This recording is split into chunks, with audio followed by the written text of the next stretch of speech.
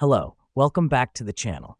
Today we're diving into the world of productivity with a comprehensive guide on creating and managing subtasks in Todoist, your ultimate task management tool for 2025. Let's kickstart this tutorial by creating a subtask. Now to do this, first, open your Todoist app and navigate to the task where you want to add a subtask. Click on this task, then hit the Add Subtask button.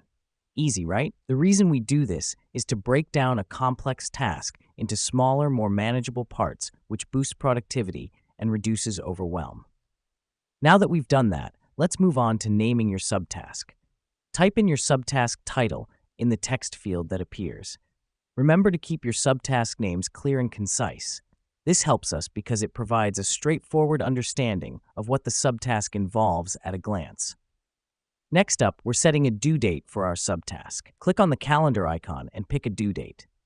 This step is crucial because it helps us stay on track with our deadlines, ensuring that no task falls through the cracks.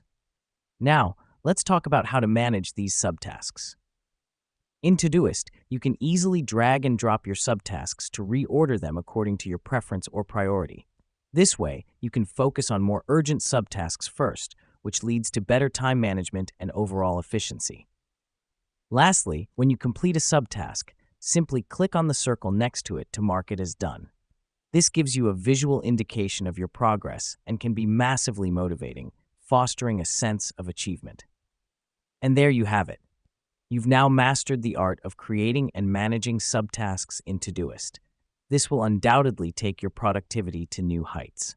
Remember, optimal task management is all about breaking down your tasks, prioritizing effectively, and tracking your progress.